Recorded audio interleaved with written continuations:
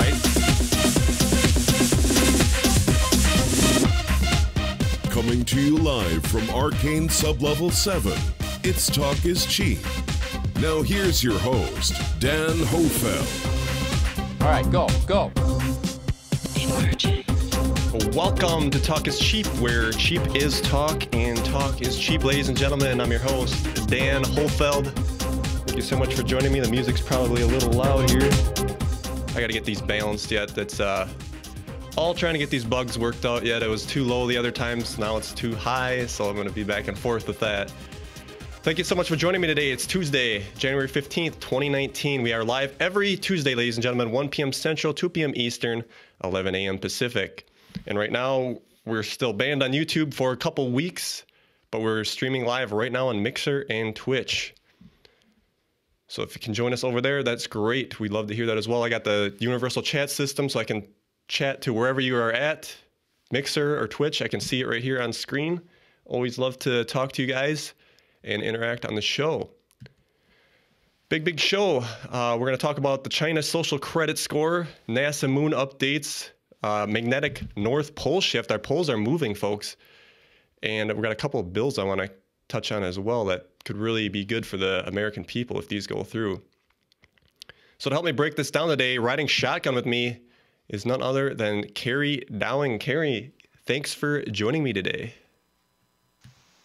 Hey, brother. It's good to be here. It's good to connect again, man. It's been a little while. How are you? So for those who don't know, Kerry, I met Kerry down in Sedona. It was a great time. Lots of friends here. I'm going to roll some B-roll so you know what we were doing. We were in the Grand Canyon here. Very awesome site. I never thought I'd ever be here in my life, but things worked out through the law of attraction, and we were there. Good time. Yeah, man. Like, that was truly a heartfelt connection from all across the country, and everybody who felt this, they just knew they had to go, and those who knew who had to go get there, and everybody experienced something incredible, whether on a personal level or a spiritual level or both. It just connecting with other people. Holy crap, it's just exploded, you know, and from there, just so many experiences are happening from just that alone. Absolutely. So, the synchronicities are so incredibly high to get there. And like the energy was amazing alone. Now it's like I kind of sunk back into these Wisconsin energies. I know I always say this to people, but it's so hard to like comprehend of how good it felt. Yeah, it was a new, how would I describe that? It was like a new reality. It was a new, dude, I even slept in my truck a few nights there, you know, and you know that, and because the hotel prices there and everybody was booked, but I slept like a champ. But it wasn't just about how relaxed I felt. It was the energy. When I connected with you, we immediately hit it off and started talking. And then, hell, I think I was actually holding the camera for you for one of your interviews you were doing with a lady there. And and then with Shane, I met up with Shane, and then with Lauren, and then there's Teresa and Allison and Cole and Mitch and just so many other people we kept meeting. And it was just so incredible. It truly was. And it's just expanded. Like meeting Sandy, who was there, she ended up made a rendition, a commission, a painting of the night that we were on that spaceship rock. And it is incredible, so beautiful, so it's such an incredible painting. I don't know if you caught that. Oh yeah. Anyway, yep. It was a beautiful moment. It was everlasting, and from there on out, I mean, I've even traveled to Portland with a friend, and we went up there and had the time of our lives and connected with Sandy, connected with Allison again. Connected with a few other friends, Frank. I mean, it was just amazing, dude. It's just been so incredible since then. Yeah, and you said you made some changes, I mean, for yourself, like diet changes, you quit drinking, right? Oh man, I haven't drank in a long time. That's been going on for a while now. It was something else, man, because as a disabled vet and then going right out of the Army into college, I mean, it was like, yeah, let's get drunk. Yep. And it just kept getting heavier and heavier, and then we go on 3 or 4 or 5 day benders and party our asses or our butts off. And it would be a good time, but you would just feel miserable. And then the feeling you would get when your body secretes like all that stuff out of your skin, and your breath always smells like just alcohol. It's just horrible stuff. So there was a time where I couldn't do it anymore, man. Like, it was just slowly, as I couldn't stand getting drunk, but I kept numbing myself. The taste of alcohol would get worse and worse, like subconsciously. Like, it would just be like, I'd have to have like beef jerky just to drink a beer, just so I can, offset the taste. Well, that's the one thing with me. It's like my body was so sensitive that you feel like crap the next day, and it's just, what's 2 hours of fun for a whole day down, and then even that night you're kind of up all night, depending on how far you went. But even if I have 1 or 2 beers, I can just feel that, and it really affects me. Well, I won't downplay the fact of having the time, growing up through high school and drinking on the county roads. And back then, our bodies were younger. They were growing, and you can handle it. And if you played a sport, you were always hydrated, so you never really got hungover. You could always do it. And that leads all the way into your 20s. And I thought, for me, it hit me about 25. When I hit 25, it kind of slowed down, but it picked back up in college. But then all of a sudden, it just hit me where it was like, I couldn't even stand the smell. Like, the smell of alcohol just was killer. And I'll never forget it. It was Valentine's Day. I was single, and I was in college, and I'm already out of the Army, so I'm like 27, 28. And I get drunk, and I drink a whole fifth of, what is that stuff called? Fireball. Oh. And I go to a Mexican restaurant, get a whole bunch of food to eat with some frat buddies. And I ended up getting so sick that when I started throwing this stuff up, it was coming out of my nose, and it burned so bad that, I could not for the life of me stop throwing up, because it just kept coming. As soon as you threw up, you just threw up again. And then you'd feel it, and it would burn, and you'd throw up again, and then you would taste it. So I think it was like, okay, man, something's got to change here. This is not working. So, you were on. So it's been a couple years now. Yeah. So you were on Shane's show a while ago, and there's one thing I picked up on when it was just you and him, that you talked about the election of 2016 when things were going to go south, that if Hillary was going to win, you guys were ready. You must have been with a militia or something like that, ready to go back and take over the government. Is that true? Oh, yeah. So this was, we'll speak of this in a lighthearted way now. Lots changed. But so, it was during the election, and things were just happening like crazy, and everything was shifting. But as you're watching the campaign, it was so obvious that Hillary was BSing everybody.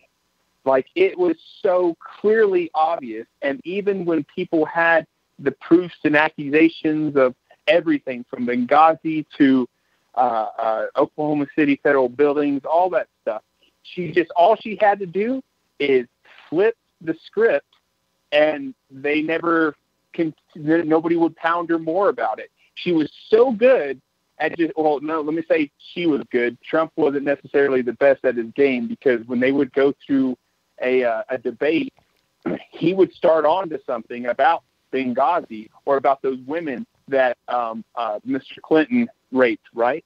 So all she had to do, though, was simply say something about his hair, about what he said on Twitter, something to just distract him and get him focused on just embarrassing him just a little bit, and it immediately took him off, and nobody would ask the questions and then dive more into those topics. Yeah, and I as thought I he could have been a little more, I started feeling him. Hit it, if you will, because there was times when he did get some good stabs in there, but other times it was like, come on, man, he's sitting back, and it's like, throw it. But Sure. Yeah. And it wasn't that he wasn't doing, he could have kept on. If he would have kept on with those questions, kept on about the emails, kept on about Benghazi, kept on about Abedin, all these things needed to keep going, but they were just shutting them down. And I'm sitting there watching this, and I had, at the time, I had a real close Marine buddy who had this compound, and this thing, man, it was legit.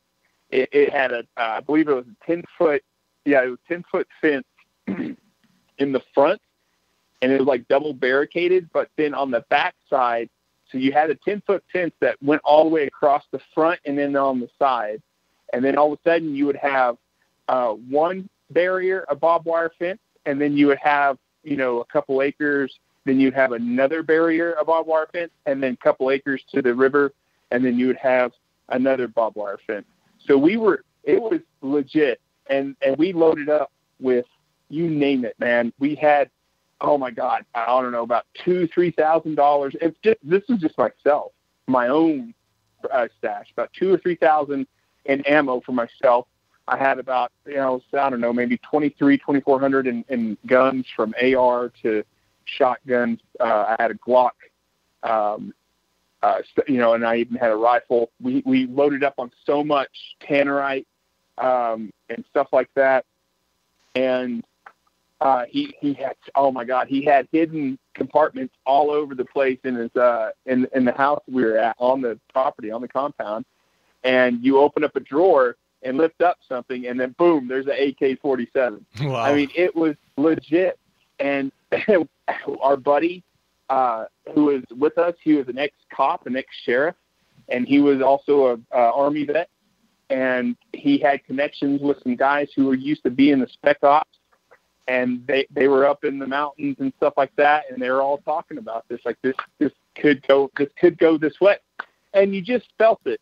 You knew that if oh my God, if she gets this is it. We have literally let the country go, and here we go. It's time. We've got to take it back. We cannot let her do this. We cannot be that stupid to watch her do and say these things and manipulate the whole system, and see all these bad guys like George Soros, like, funding her campaign. And you watch how George Soros made his millions, and it was from killing his own people by giving them to the Nazis. You know what I mean? So, and there's more to that story now too, because it sounds like instead of using George Soros' own money, it sounds like he was using taxpayer money to pay off these protesters. Well, sure. Why? I mean, when you're on that level, and nobody can question it and do anything about it until they do, then you can get away with anything you want, dude. I mean, and that's the biggest thing, man. We really shouldn't give. We can try to help ourselves not give too much into the money system. It really will help the consciousness of humanity to not feel so fearful and stressed about money. Right. But that's another story. Yeah, that's the whole slavery system there. So I want to talk a little bit about this last December here, because I thought a lot of things were going to happen. I don't know if you follow QAnon at all, but there was supposed to be a victory parade on November 11th, 2018. Arrests were supposed to take place. And I believe all this clearing was supposed to happen, and they were ready to have that victory parade on that day, but things just got pushed back now. Do you follow QAnon at all? Well, you know what? I actually have been for a little bit. I think it was you. Yeah, it was you and Shane in Sedona. I picked up on some of that. And you said on November 11th? Yeah, 11/11 was supposed to be the victory parade. Oh, I mean, the only stuff that I've really caught was the most recent stuff that they've been talking about. Like new, I think there's like new drops or something has to do with this whole wall situation, and like you're just watching like how I believe the government will shut down in a certain way, or and it's sometimes if I don't really catch too much of the QAnon and understand it, I just kind of see quick clips of what Trump's talking about. You know what I mean? And then I watch quick clips of what QAnon's posting, and it is basically all the same. And then I thought, from my understanding, 2019 this is the year. This is when it's all coming out. It's beginning to look that way. And you could start this, well, they were saying that there were going to be like martial law and to make these mass arrests, but that has thus yet happened. And I don't think we want that kind of chaos. Yeah. Well, what I did watch is they were posting videos and jokes. Like QAnon was posting these stuff about Guantanamo Bay. And then you look at Guantanamo Bay, and it has been expanded. Like there's been construction, it's been expanded, and it can now house up to like another 30 or 40 or 50,000 inmates. And there's a guy on this show. I can't remember what the show was called, but he has a friend who's in this aviation stuff, and he's been watching the flights out of Florida. They usually come out of Miami to Guantanamo, but then all of a sudden it's changed to a different location from some spot in Florida to Guantanamo, and that's very unusual. And then so when you get the tail number and plug in the tail number, it should show you what the plane is, what type of plane, how many engines, how many seats, all that stuff. And it says it's a Cessna, 4-seater Cessna, but then the picture is a private jet. It's a private jet. So there's all these things that are just messing up, and it's very odd. And so they were saying that they believe that arrests have kind of started happening, that like deportation, like getting them out of the country. Because if I remember correctly, from David Wilcock, and Corey, and they said that these mass arrests will happen, but there won't so much as be with all of them a public trial. There'll probably be a few public trials, like our senators, our governors, stuff like that. But as far as like the cabal, deep state people, you've never seen their face. They don't really have so much as you don't have an idea of who they've ever been. Even those in Hollywood, they're just going to start shipping them out. And so that's what they're thinking is happening. And QAnon hints on some of that stuff, but you just feel that it's like go time, because everything QAnon keeps going. He's like, here it comes. Did you see the Bush funeral? Oh yes. Did you see that little whole letter thing? Yeah. What is your theory? What do you think it is? Well, I think it was on the QAnon stuff that I read. It sounds like it was that they were promised to strike back. So what was written, because you could just see that disgust in Jeb Bush's face. I mean, he's sitting there, he's got his hand on his heart, watching his dad go out in the casket, and then just the disgust when Laura Bush shows him that note is like, oh my God, there was something on there. I want to know what it was. But it would be cool though if you think about it, because I try to really picture what's a way to make sure everybody gets the freaking hint that it's over. And so that was beautiful. At George Bush's funeral, they give all of them a letter. And what I would think it'd be something funny, like if you open it and you slip up and it says like one-way trip to Guantanamo Bay. You know what I mean? Or Guantanamo. And so, and or something like that. There was even because talk they know that, they're all screwed. There was even talk that Mike Pence got one. I didn't see that clip, but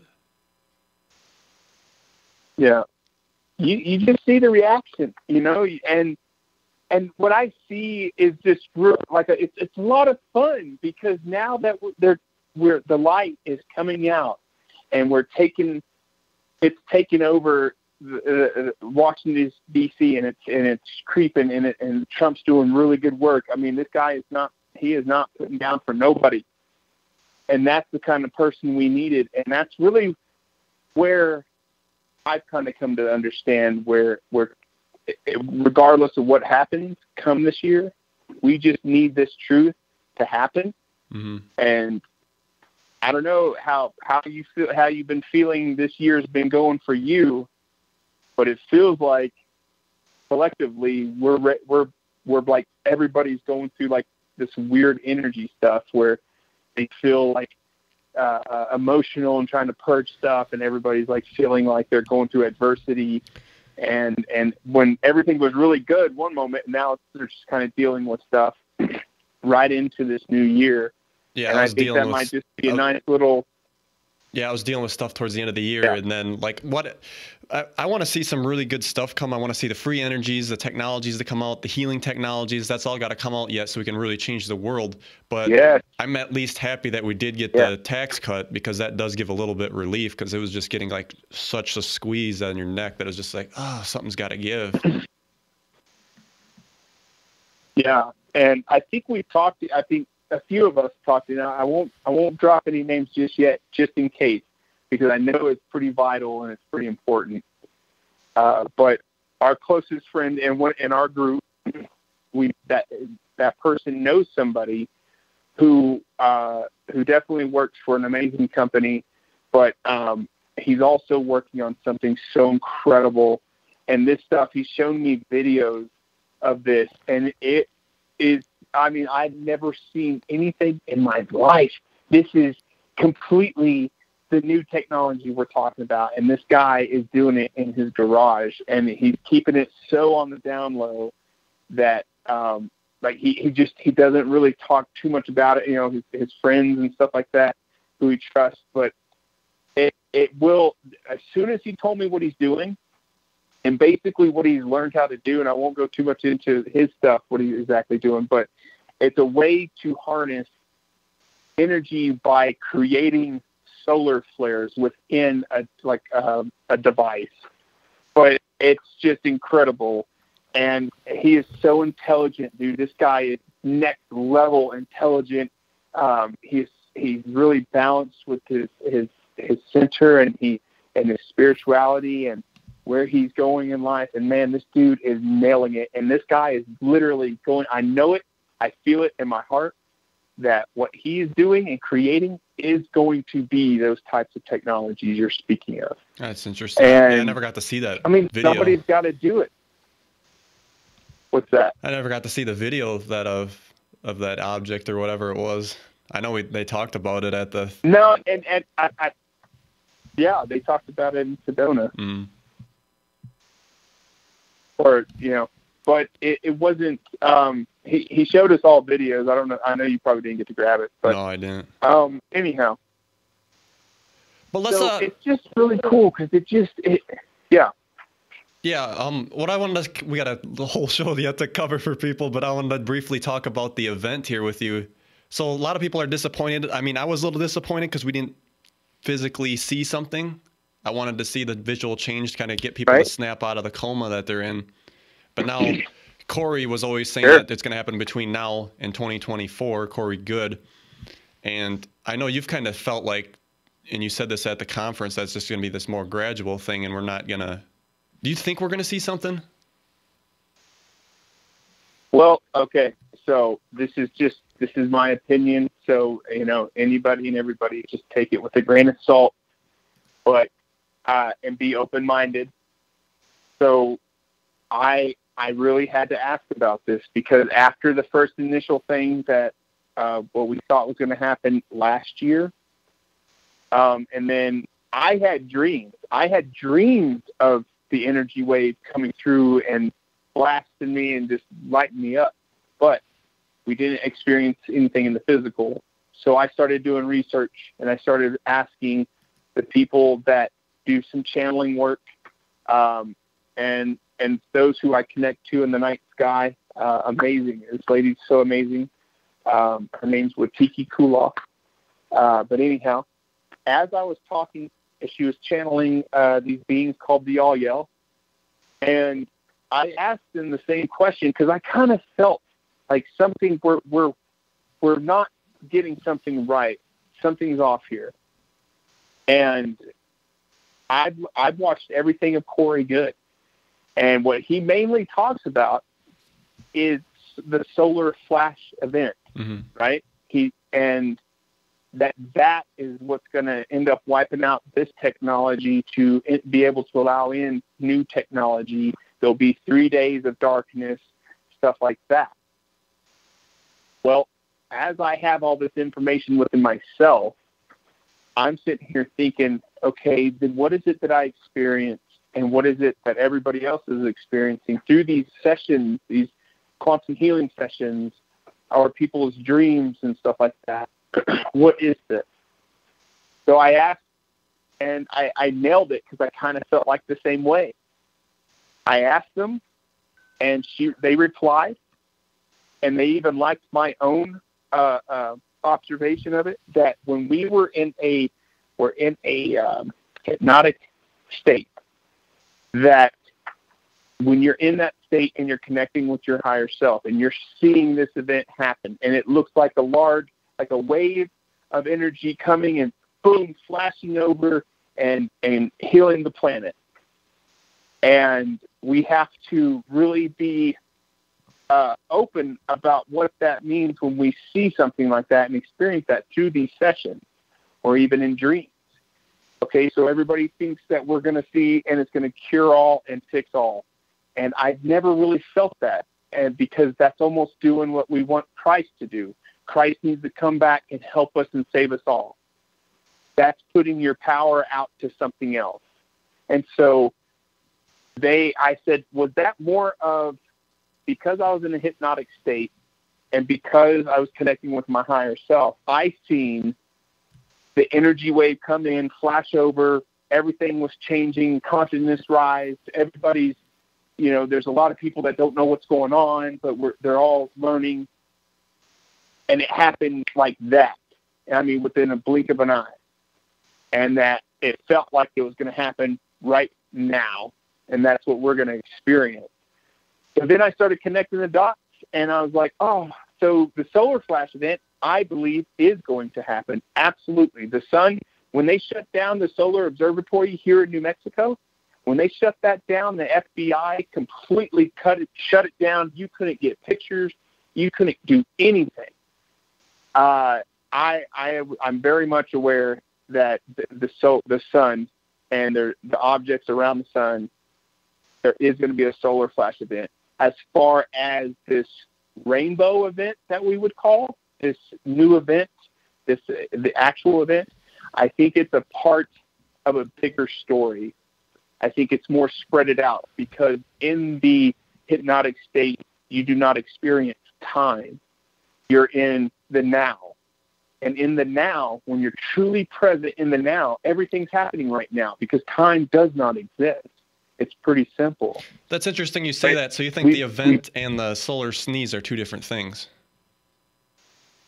I believe so, yes, sir. Okay, because I always kind of thought they were the same. Or let me take that one. Let me take that. That could be the same. It could be the same. Yes, I could even say that it's not even different. It's the same thing, but we're just kind of crossed wires. So what Corey is talking about, the solar flash, I believe is the actual event. Yeah, but I don't think we need to look at it as like as soon as that happens in 3 days of darkness, that all of a sudden we're going to have magical powers and be able to fly. I think what's ended up going to happen is we're going to have the complete shutdown, the currency is going to recalibrate, all that stuff. Technology, it just won't be available. And I believe maybe at some point that's when the guys, our dear friends in the night sky, come down and say, hey, here's some stuff you didn't know. And we get a little, basically some notebooks, and we get some books given to us, and we start learning a new way of living, because we know we're one and we're consciousness and all that stuff. So right. Something big is going to happen. I still feel that, and I feel it big. Yes. That's the thing, though, because when we have all these people going under hypnosis saying the same thing, they never looked into this stuff, saying the same thing. I had Angela on the show, her son is on the New Earth, said he's described it, how it was supposed to happen within months and stuff, and then we don't see anything. We kind of get disappointed. At this point, it's just like we just got to roll with what we got, I guess, and try to keep our head up. Well, the thing is, Dan, and this is with all the love and light in my heart, and I just want everybody to understand that too, is that if we're looking outside ourselves for answers, we'll always be asking questions. But if you allow yourself to go within and just be okay with, regardless of the circumstances, regardless if life at that present moment isn't reflecting what you would want to experience in that time, but if you can be okay with yourself, be happy, love yourself unconditionally, love others, be loving, you cannot feel down. You won't care about an energy wave coming in to magically fix everything that we wish would happen. But you would feel so good, and you would constantly be a service to others, that is the change. That is changing the world. And when you do that and you tell people you love them and you give them hugs or you tell them beautiful things, this is how you start becoming from student to master. And any teachings, it's being loving. It's what you're being, doing, saying in the moment. Yeah, be conscious of your thoughts. And when you don't feel good and you wish, if you don't feel good and you're wanting something to happen, trust me, brother, it's all going to happen. And we're going to kind of wish and think back to the moments when we're like, oh, man, I wish something would happen. Because when all this comes out, when all this gets just blasted across, when this gets blasted across all the networks and everybody finds out about what's really happening, and they are, it's going to be a revolution. So, and it's going to be beautiful. I want to share a couple photos that I got on screen. We're there. Because I've gotten this email from one of the viewers here. So you can see here, for those listening, you can see the sun, and then there's another like sun-like object next to it. Now some of these can be like the clouds refracting and makes it look like there's an object there, but there's just a lot of these to be coincidence. And some of these, could be what do you call them? A flare, lens flare, stuff like that. The one I wanted to really show on screen here is this object, which could be like a dust reflecting with the sun. But what's interesting about this, I've showed this on this show before, I've actually had a vision like this. For those listening, I'm going to describe it here. We got the sun, it's behind some clouds, but right next to it, we got a bigger object that looks like kind of like a sun, but it's got the flower of life on it. Now, I've seen this. Some people would say, oh, that was a dream. I think it was a vision, because you can kind of feel that there's a difference between those two. And what was told to me in this dream, that was planet Nibiru, but it was just having that flower of life. Is that, like a rebirth or something like that? You get these cut down. That's kind of like the first big, like, visual download that I had, which is really interesting. So did you have anything like that, Kerry? Are you talking about as far as dreams? Yeah, like visions or objects in the sky. Have you seen anything even like that? Well, oh man, objects in the sky, of course, all the time, but not as far as like seeing two suns. Of course, I've seen the double sunrise or whatever, where when it's rising on, when it's rising, you can see it. It looks like on the west and the east is rising together. It's really cool. But as far as that, the only things I see is those that I've always connected. It's just weird. It's so easy to connect with them. And they're light ships that you can go outside and, it's a lot of the same ones that Dr. Greer shows, that James shows from ESETI. They're everywhere. And it's all about consciousness. So you're just tapping into that. And that's all I do. I go outside and I don't look for a result. I'm not looking. My intention might be set to connect with anyone who's out there who can feel me, because it's a feeling. And I have vision. I can visualize seeing the power up type of craft, the light craft, the star crafts. And as I ask them if they can come and if it's safe for them to show themselves, if we'd like to connect. And I just do it from a heart-based place. But I don't have really, it wouldn't matter if they showed up or didn't show up. It's just all about fun. It's all about just co-creating.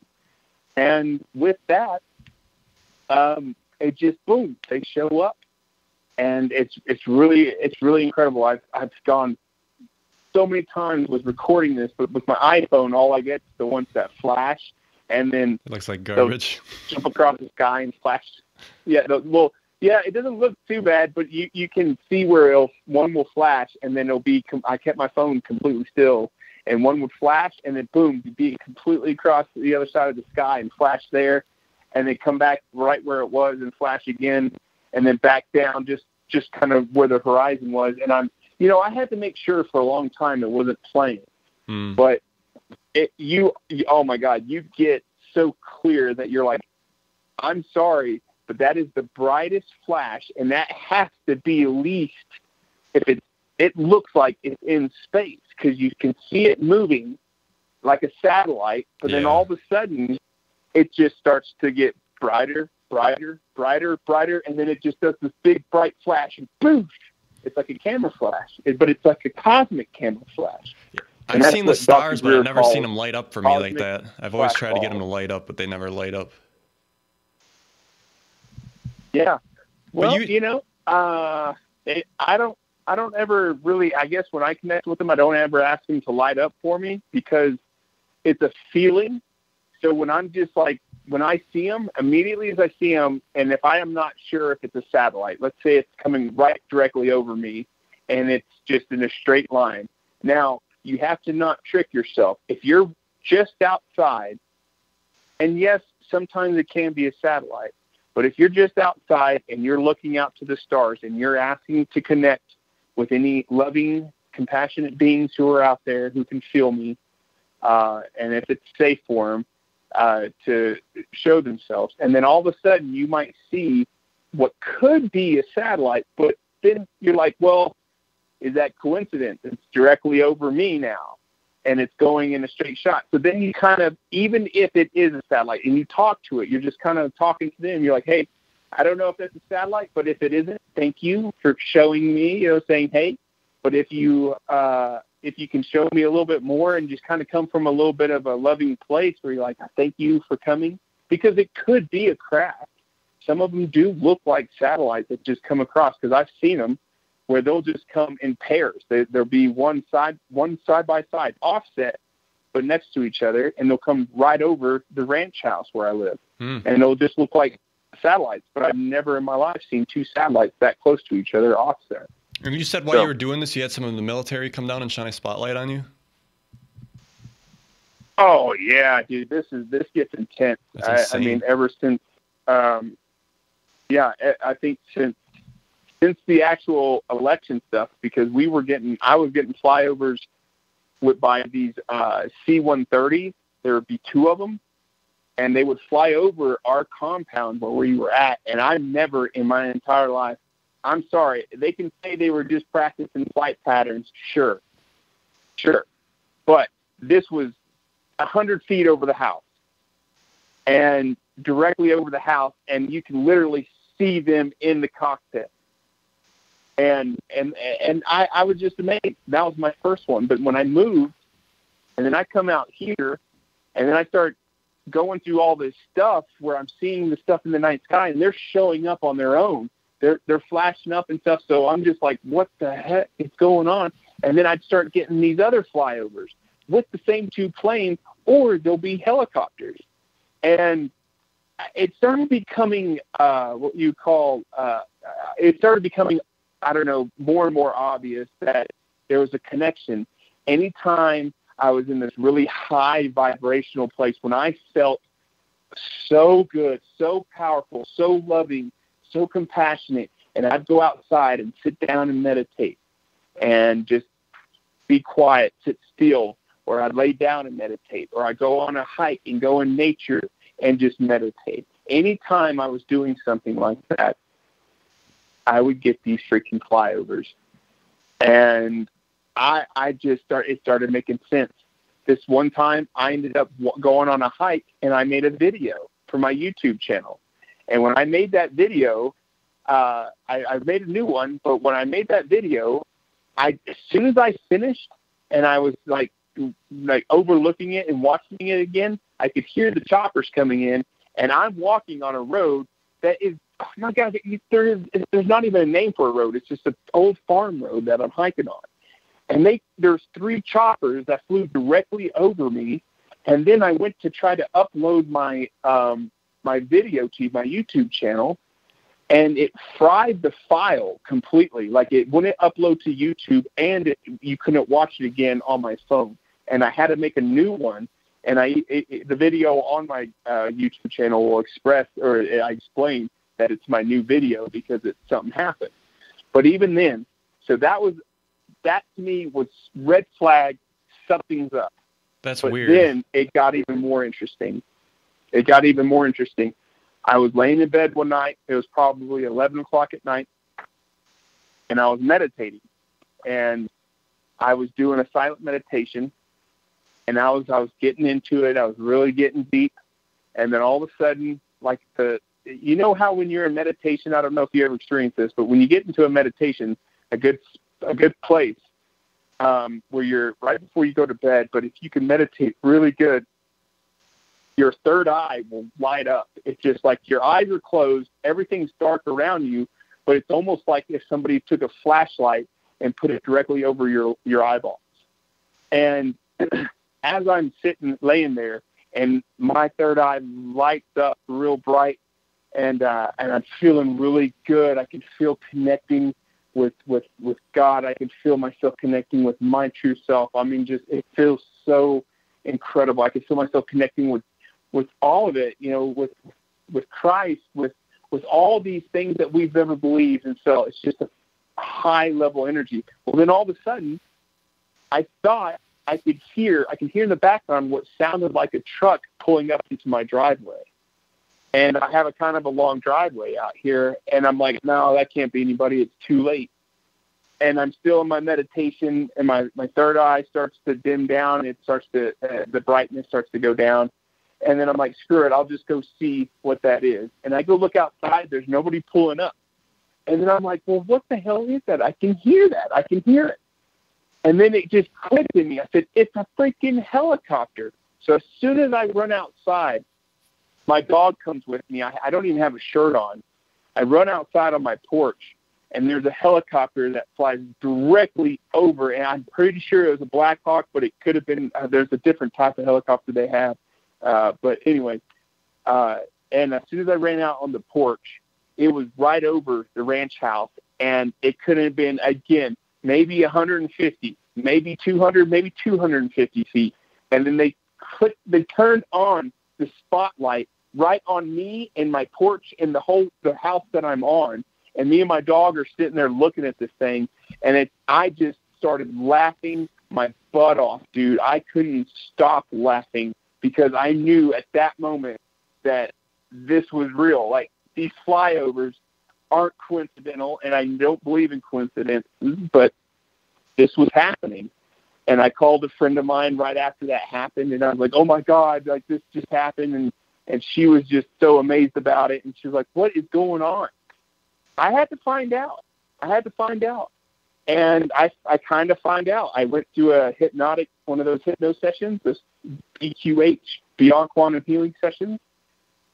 And I was able to ask that question or have that question asked. And it has to do with when I go into like a meditative state, and this is anyone. This is happening to a lot of people, these flyovers.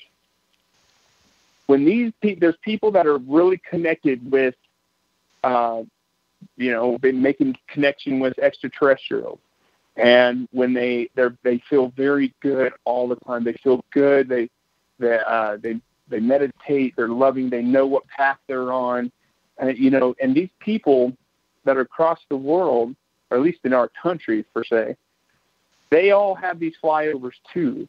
And it has to do with these moments that you go into meditation where you bring in so much photonic light, source, God, whatever you want to call it.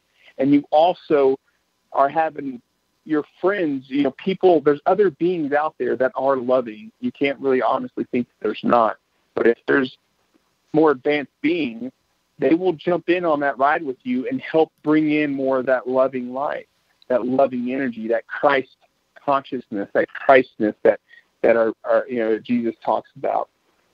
And I guess there is technology that they do have. Of course, the deep state has it all. So when there is people waking up like we are doing, and we're in areas like I'm in, especially in these weird areas in the mountains of New Mexico, up around the Taos area, where Corey Good talks about the underground subway system that runs through there to all these deep state spots or these places, and it goes through Taos. That's just right up the road.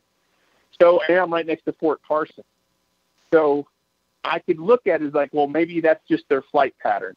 But then it just made too much sense because of how much light you're bringing in, how much energy you're bringing in. They have detection systems that see when these things, like when something's lighting up. That's how they can track UFOs, not just by basic radar. Trust me, you're not going to pick up a UFO, a disc, or any type of UFO on a radar system. You're going to pick it up through some type of energy. It's some type of energy wave, right?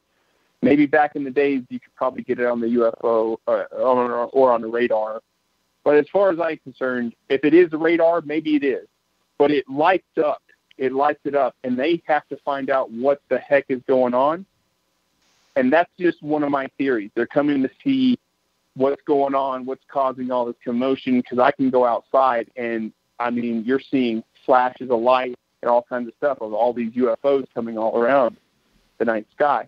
I draw in a lot of attention, I'm guessing. That's one theory. Now, here's the other theory. The other theory is that they could just be disrupting, and this came from a good close friend of mine. He said, what if it was just them coming up to disrupt your meditation? Because when there is still maybe a device they have, a technology they have, when you start meditating and bringing in high levels of energy in your body and connecting it, and you can feel this stuff happening. Anybody who goes through meditations can feel this stuff happen.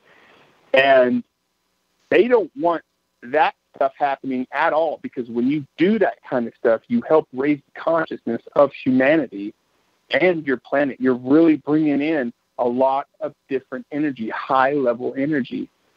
And that's what we're talking about, the event and all that. So what if they're just flying in and they can sense, on their detection systems or whatever, the radars, however, that they're seeing, okay, hey, there's a high level of light or of energy in this area. Go find out what it is. Go disrupt it, whatever it is. Because, I mean, I got an iPhone. All they got to do is find out where it's at, pop on the nearest iPhone, see who that is, and then get that. It's so easy. It's simple.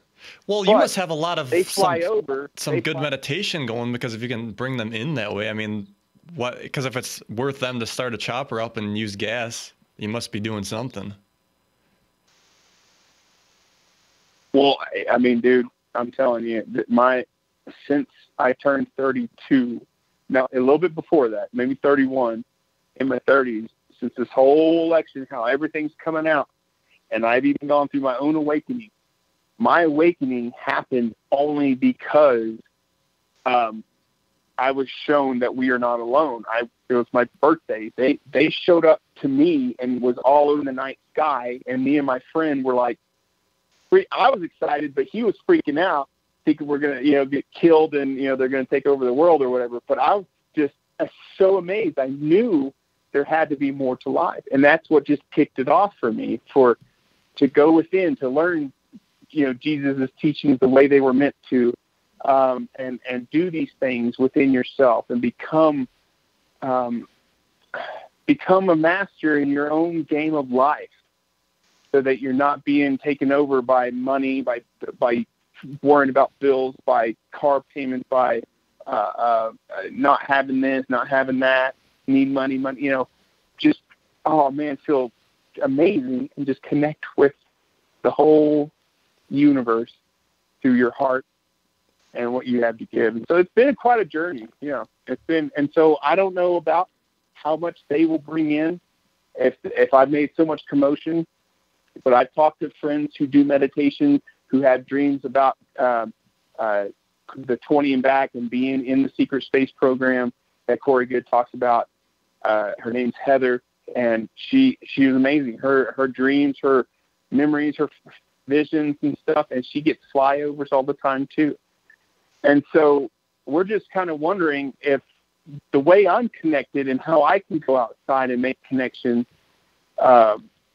with these other beings and other in these ships, that, and as everybody's awakening and Corey Good's out there expressing like, hey, there is this secret space program and there's people getting this and keep, if maybe they're I don't know, at some time I could have been a part of that. I don't have those types of dreams or those visions, but I'm not going to deny what's obviously happening to me is when I go outside, I can touch my heart and I can look to the night sky and I can ask to connect with anyone who's out there who can feel me and feel my heart, and then something shows up all the time.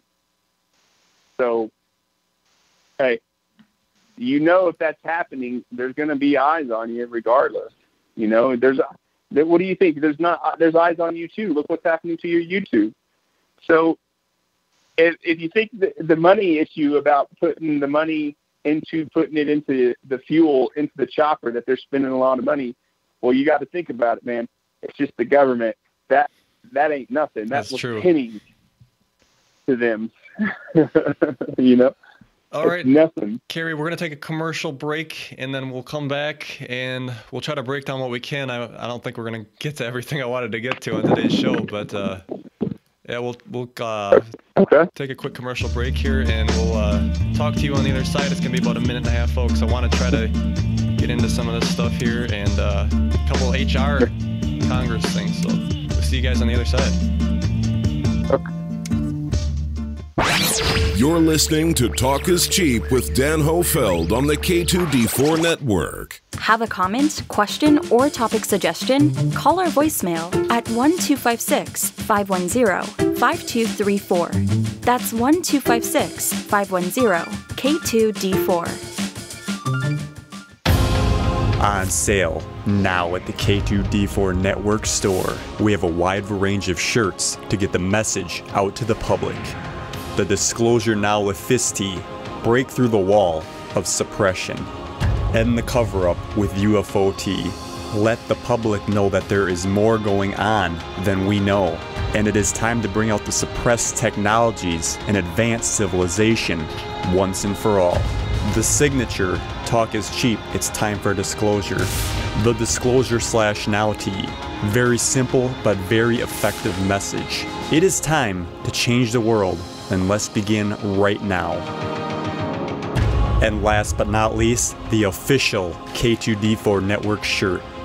Support the broadcast and get yours at K2D4Network.com. Enjoying the show? Consider supporting us by donating to our Patreon. Patreon.com/K2D4Network.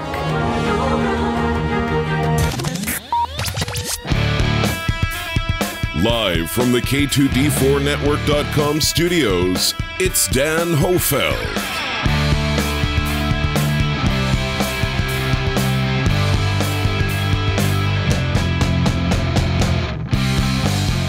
Welcome back to the show, ladies and gentlemen. It is Tuesday, January 15th, 2019. A lot to break down here. We had a good discussion with Kerry Dowding, who joined me before we went to break. He had a lot of stuff to cover there. That was some good stuff, but I want to get into some of these bills and some of the other news here. So let's go ahead and tackle these HR Congress bills. Now, this is a bill, if it passes, ladies and gentlemen, this is total freedom. I want to bring it to your attention. If you want to get on your congressman, get it pushed through, this is going to be huge. So this is HR 25, Fairness Act of 2019. So it's just introduced in this new Congress. Now, it says right here, to promote fairness and economic opportunity by replacing the income tax and other state taxes, to abolish the Internal Revenue Service ding, ding, ding, ladies and gentlemen, and enact a national sales tax that will be administered by primarily the states. So that is huge. So what do you think of that, Kerry? HR 25. HR 25. Man, I mean, dude, I'm feeling it. I think there's got to be change anyway. So, to me, honestly, it's really I'm just kind of okay with it all. I want change across the board, and if this is where it needs to go, this is what's going to help us get to that next level. Then come on, let's do it. What are your thoughts, bro? This is huge because we got to get rid of the income tax because that keeps people held back. It keeps. Even I think that to the point the copyright law has got to get changed. So to break this down real quick of the bullet points of this bill. So Congress finds the federal income tax. It retards economic growth and has reduced the standard of living of the American public, impedes international competitiveness of the United States industry, reduces saving and investments in the United States by taxing income multiple times. How many times do you get taxed on that over and over and over when it should only be once? Slows the capital formation necessary for real wages and steadily increase, lowers productivity. That's another huge one. People just get burned out because they ain't getting ahead. It's just trying to always get ahead, and then you just give up. Imposes unacceptable and unnecessary administrative and compliance costs on individual and business taxpayers. It's unfair and inequitable. Unnecessarily intrudes upon the privacy and civil rights of the United States citizens, hides the true cost of government by embedding taxes in the cost of everything Americans buy now. It is not being compiled with the satisfactory level and therefore raises the tax burden on law-abiding citizens. And then also, Congress finds further that the broad-based national sales tax on goods and services purchased for final consumption. So now just putting the sales tax instead of having the federal income tax, this will promote savings and investment, promote fairness, promote economic growth, will raise the standard of living, will increase investments, will enhance productivity, and it can go on and on and on here. I don't need to list all these folks, but the whole thing, what I want to state is a bill to abolish the Internal Revenue Service, the federal income tax. That's going to be a huge win for the people if we can get this through. Now, this is, like I said, this is just introduced. It's got a ways to go yet, so it's got to pass Congress, go to the House, and then get signed into law by the president yet. And I want to show a clip here from Ron Paul because this is all part of the 16th Amendment, and there was actually the 16th Amendment that shouldn't even have been enacted because it was actually, I believe that was passed on a holiday if I'm not mistaken. But the 16th Amendment is, the Congress shall pass the power to lay and collect taxes on income from whatever source derived, without appointment among several other states, and without regarding any census of enumeration. Here's Ron Paul's take on that. Congressman Paul. Well, we should have the lowest tax that we've ever had, and up until 1913, it was 0%. What's so bad about that? Now, I would like to follow up on that because I think the question on taxes is generally misleading, because anytime you spend money, it's a tax. You might tax, you might borrow, you might inflate. The vicious tax is attacking the American people, the retired people today, is the inflation tax. The devaluation of the currency, the standard of living is going down, and you need to address that. And that's why I want to make the inflation tax zero as well. So your answer is zero? Zero. Hell yeah. Were you a Ron Paul supporter, Kerry? Yeah. Do what? Were you a Ron Paul supporter back in the day? Yeah, that was that older gentleman, right? Yeah. Yeah, he was actually, he was one of the ones that, I think he's independent, if I'm not mistaken. He used to run as an independent, but he realized he couldn't win, so you have to be on the Republican ticket, so that's why he was switched to Republican. But yeah, he's mostly an independent when you think about his stuff. Yeah, and I'm an independent registered voter, and he was for the legalization of marijuana because, yeah, that needs to happen. People have got to get over this whole it's about the marijuana, it's about smoking it. No, it's about the hemp. It's the plant, what we can do, the paper products, the clothes, the oils, the fuels, the everything. So much can be made by this. So yeah, I was for him, and he was for legalization of cannabis, and I voted for him. I remember when he was on that ticket. I think it was my first time ever voting, actually. Yeah, he ran twice, But, one in 2008 and yeah. one in 2012. But the way the media 2012. portrayed him, they ignored him. He came in, I believe it was second They in did. Iowa, and they would go, this guy's in first, this guy's in third, and then fourth. They totally skipped him when he was in second. It's like Yeah, freaking that's joke. right. Yeah, they just shut him down, man, because they were like, oh, he's independent, and they criticized him on the legalization of marijuana.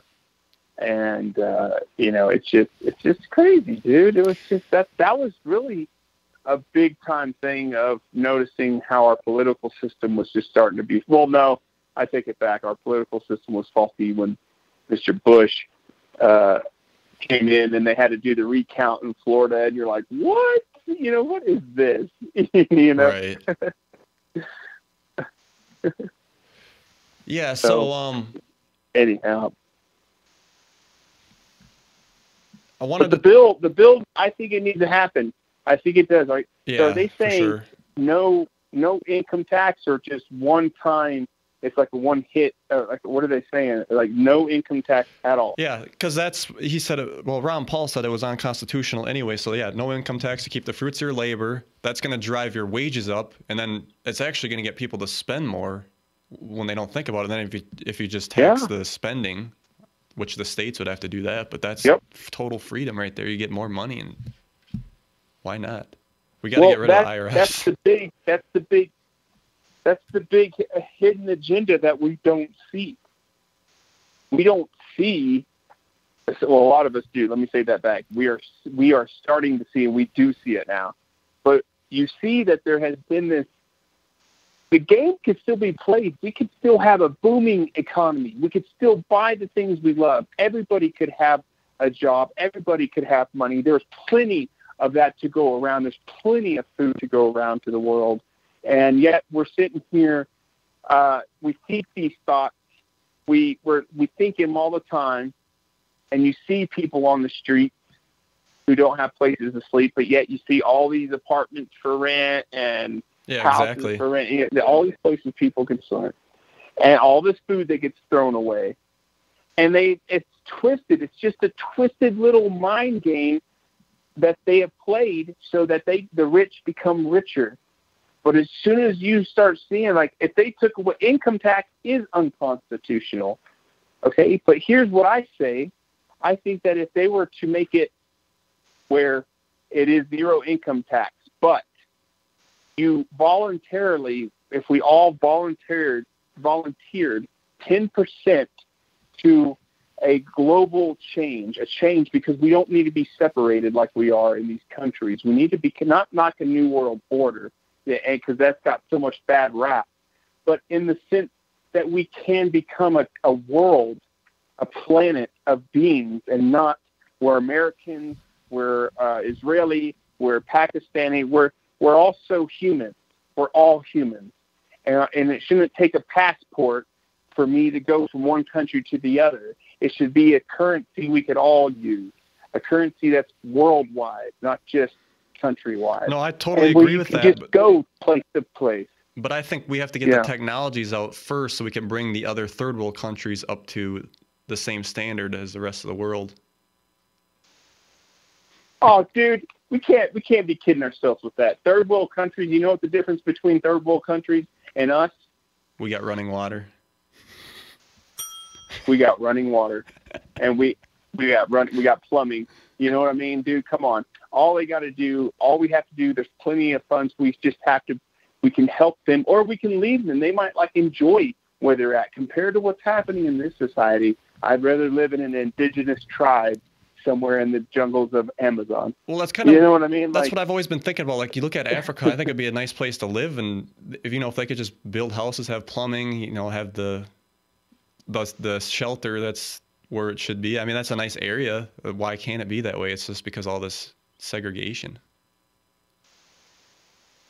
That's what I'm saying. This has been a dark game for a long time, and it started with some reason in Africa. Something started there, and then it's like we all of a sudden somebody told us about making them slaves and taking them over. Like, where were we at in our mind to think that we could do such a thing like that? Where were we at in the human evolution of saying, okay, because they don't look like us, therefore we can make them slaves? They obviously had to have been told something about them, because from there on out, Africa has been just constantly crapped on. There's always some warlord who's getting funded somehow, cough, cough, and constantly killing the people, turning the children into drug addicts and child soldiers. And if you go in anywhere you look, in places in Tanzania, there's places where people can't even, they build a home with just tin paneling and mud bricks, and they just have one floor. It's just a floor.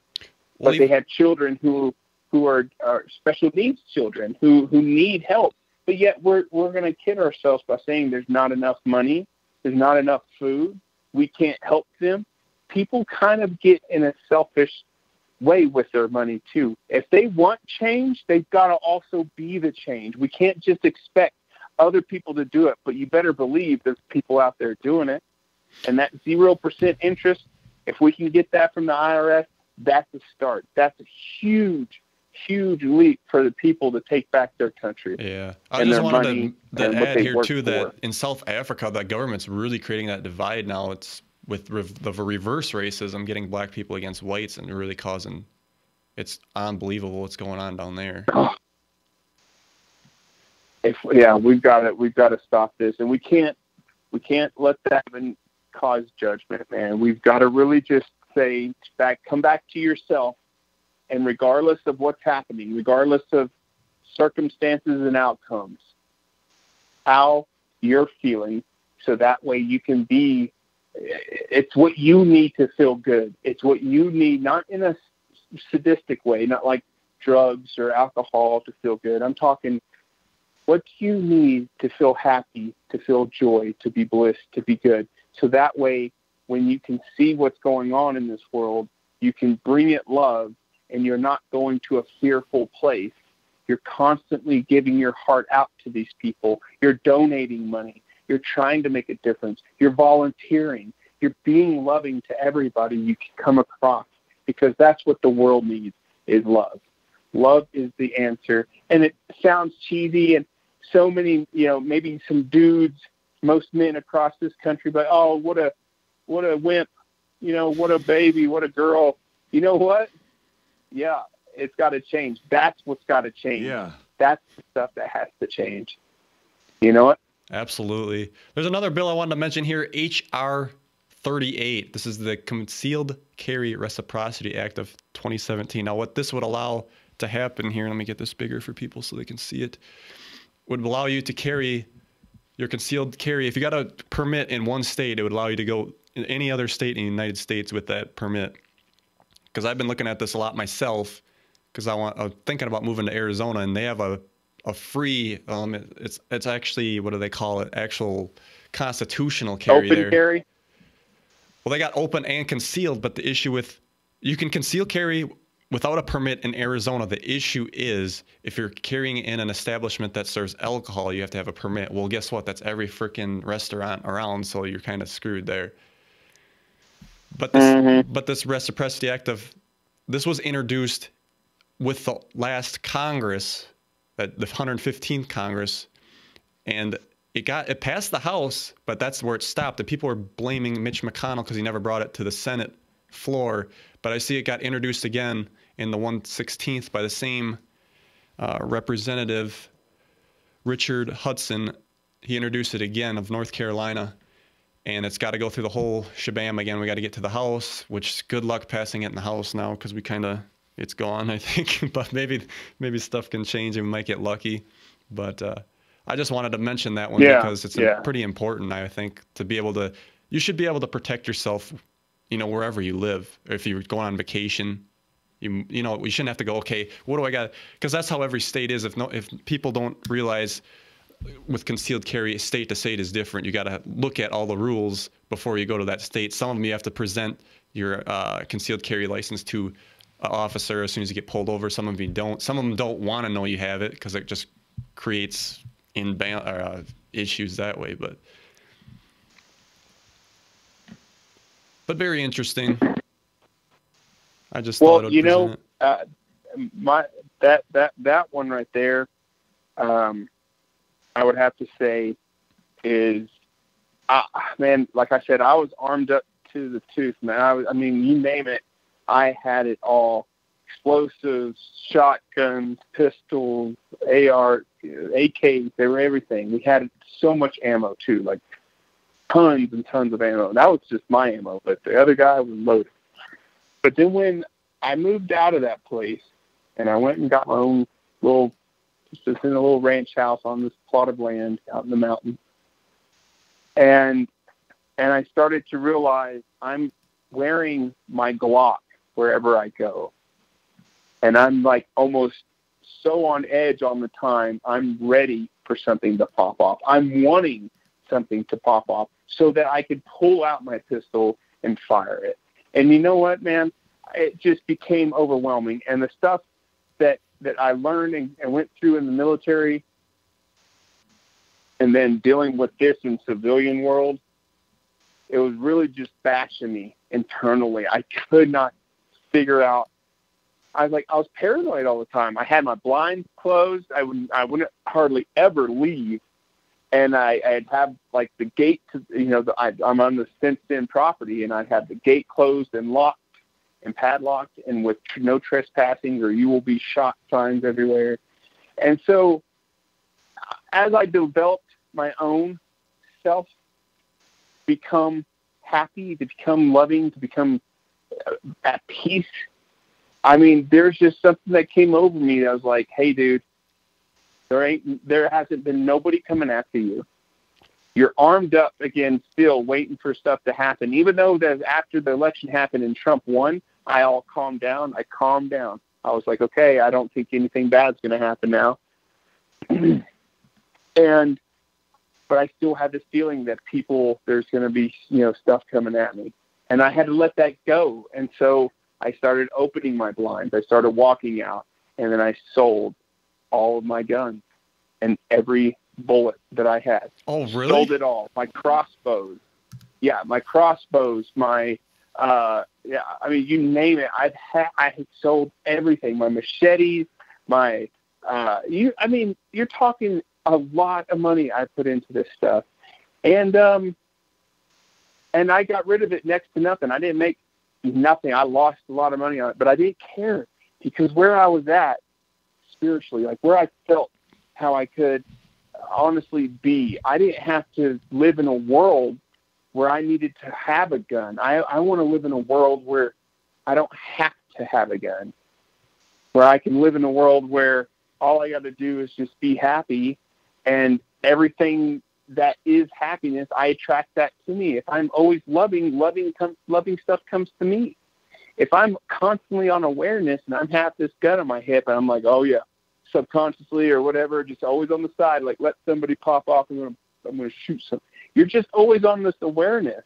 And that was just paranoia for me, and it just caused more chaos in my life. Huh. As soon as I got rid of everything. Hope for the best, prepare for the worst. Yeah, but I don't even care about that. Look, listen, I had to go through this. It took me a long time to get here.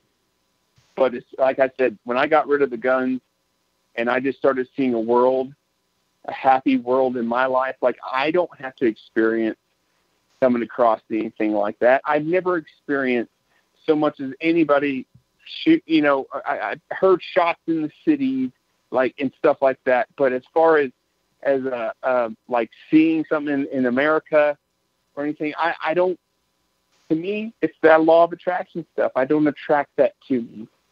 And what I do attract are loving things. What I do attract are good people. What I do attract are awesome opportunities. So that's just like if I was just to watch the news all the time, and if that was starting to freak me out, I would go get a gun.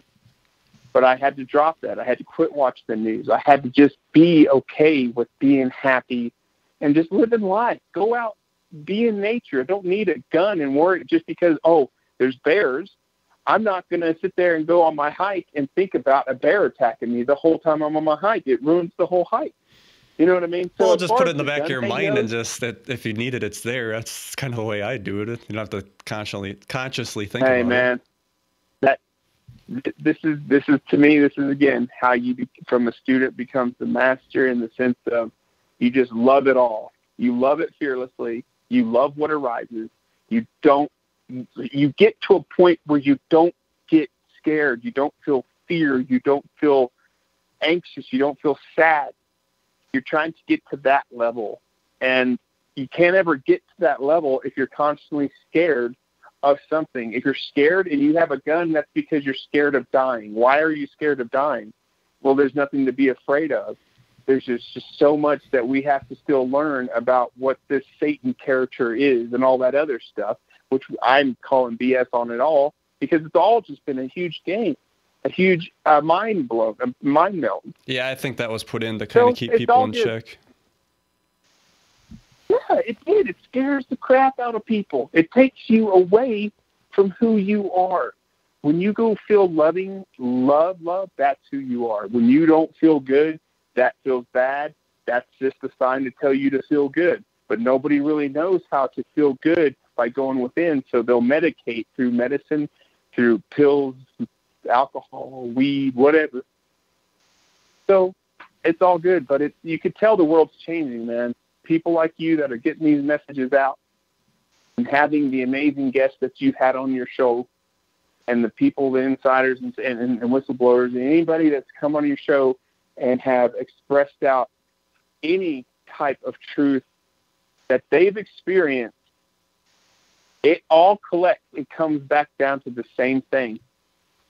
Okay, it's the same thing. There's obviously something happening on this world that needs to change, because this is a world we do not want to live in. Obviously, we're all saying the same thing.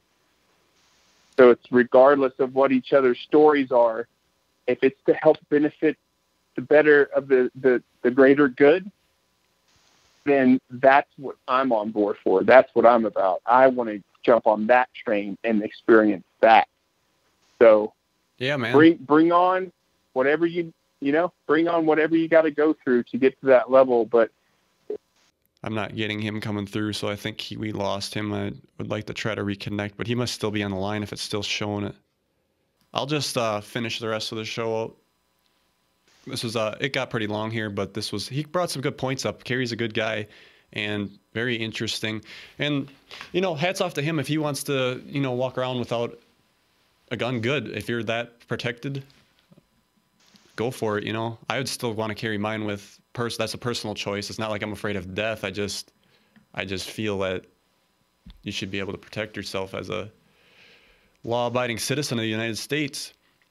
All right, so I want to finish up one more. We're going to talk about the pole shift here. Let's go over to that.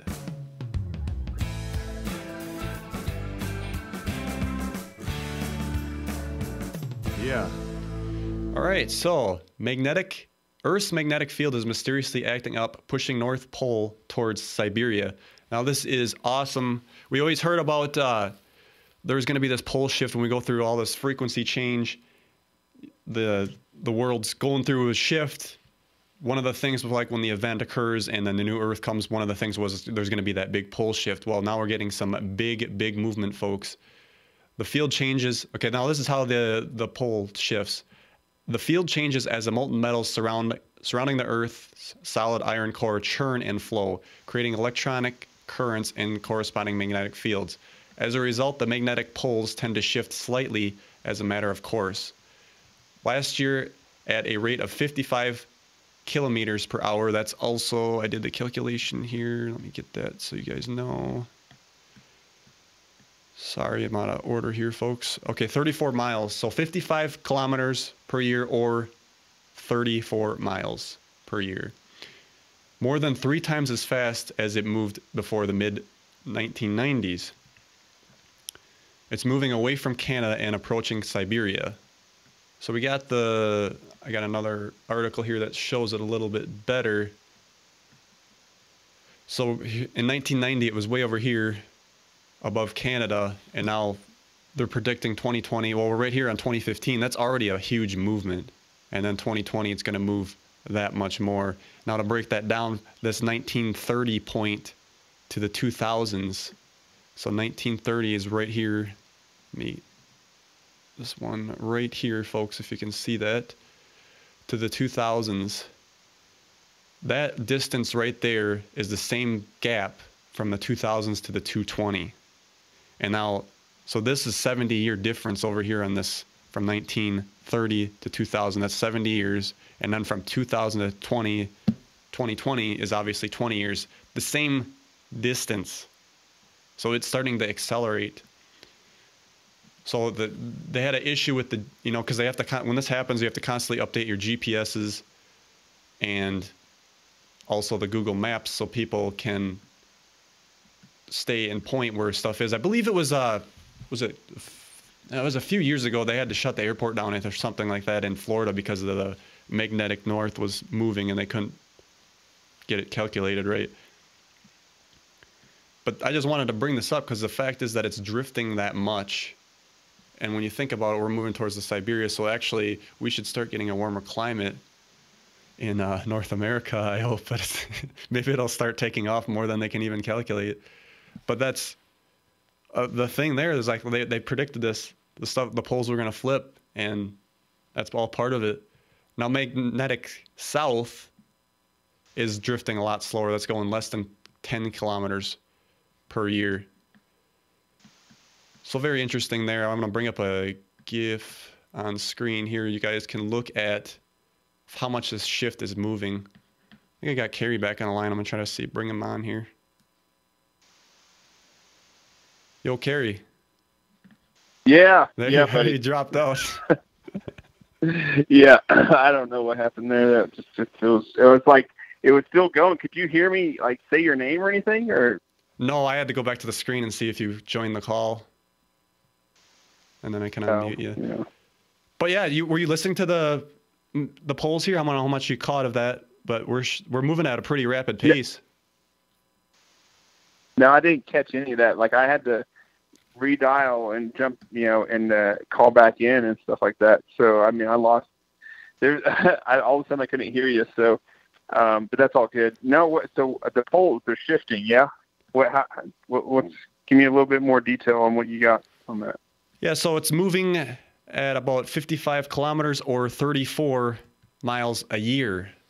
Now, I mean, we're starting to cruise, and I brought the picture up on screen for folks as well. The distance between the 1930s to the 2000s, that was 70 years, and the 2000 to the 2020, that's only 20 years, but those distance of that moving is the same. So this thing is really accelerating. Yeah, man, I think I would have to say this has a lot to do with what Corey and all them talk about, right? And I think he talked about it in the Law of One too. Like when things will start to shift, your poles will shift, her volcanoes will go blowing everywhere. She's going to have earthquakes all over the place. She's shaking up. She's shifting. Your planet is changing. So that's I'm with that, and I could tell just from the weather alone. This winter, it's just been really a true winter. There's just everybody's getting covered in snow. Well, what's funny though is it was a true winter for you guys, but not up here in Wisconsin. We got lucky, so it's not really a true winter for us up here. So that's a very interesting part. That's one. Well, yeah, last year we didn't get anything here though, and that's usually uncommon because you have all these ski resorts up here, and the ski resorts, some of them had to make fake snow, or not make fake snow, just blow their own snow on the mountains, just so they can get some business in. Oh, but yeah. We didn't get any snow. Huh. Yeah, we didn't get a thing. I'm not complaining. Last I like year, it. But this year up here. No, oh man, dude, right now it's all melting now, but we ended up, I think, a week and a half ago. We got about 10 inches, 11 inches. I mean, it was thick. And, I mean, it dropped down to -2, -5. Pipes freeze. I mean, I had to start fixing stuff for days. Like, it was crazy, man. And now it's all melting. and the weather's nice, and we're supposed to have just a little snow here and there, but it's not enough to really stick. But it's melting, and I'm seeing the ground again, and I'm just, it's going to be good. I really want summer back. I want spring back, because I could go hiking up the mountains, all these hiking trails. And when it's winter like this, and you can't do any of that, I mean, the whole mountain up the road is covered in snow. You can't do any kind of hiking. So it's a bummer, man. It kind of bums you out because you're inside. Because you're not getting that sun either. Yeah, well, I force myself to get outside for sure. I don't care. I mean, when their sun comes out, it's about 40 degrees.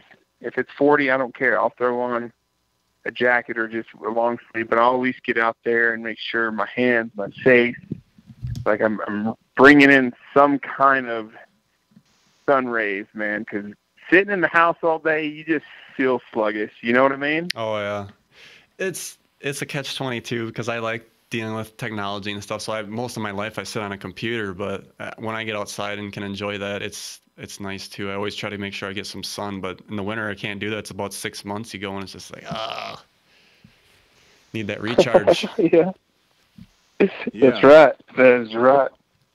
So for sure, man, I would say the poles shifting and the way all this weird winter stuff's happening. Yeah. I mean, shoot, they talked about it, man. They just said, hey, this is all going to happen. And now it's all becoming more and more obvious. That's what I'm saying. I think 2019 is a year of when we start seeing all the stuff that they've been talking about. Maybe not all of it, but at least the majority of it. Maybe all of it. Who knows? But all the rest and all the stuff start happening. So that, to me, I'm ready for that. I think that's where a lot of us are, and a lot of us have a problem. A lot of us have that issue. We're ready to see something now. We feel like we've been doing a lot of work, and we've been speaking a lot of truth and supporting the right things and loving and doing all these things. We're ready to see something. And you know what, dude? I am too, but I can't be on their time and on their schedule. So I've got to feel good now and feel like the world is a beautiful place now and not wait for it, you know? Yeah, make some of the changes yourself. Do the best you can. Right. All right, Kerry, we've gone on for about an hour and a half. I'm going to have to push the other stuff. I want to talk about the China credit system. I'll do that next week, folks. It's going to get a little in-depth with that. But we covered a lot of things here. And, yeah, join me every week on Tuesday. Thanks for joining me, Kerry. This was great having you on. I hope you come back again. It really was, man. I appreciate it. Yeah. Break some stuff down with me. I'm going to play some music to get us out of here. And it was good. It was good. This was a good one, man. I appreciate you having me. So. Absolutely. And thank you guys for joining me on Talk is Cheap, where cheap is talk and talk is cheap. I want to say a special thanks to those Patreon supporters. That does help the show. We got simple denominations, 1, 5, and 10, whatever you can throw my way. I appreciate it. Help support the whole channel here and help take things to the next level. And I'll see you guys later. Bye-bye.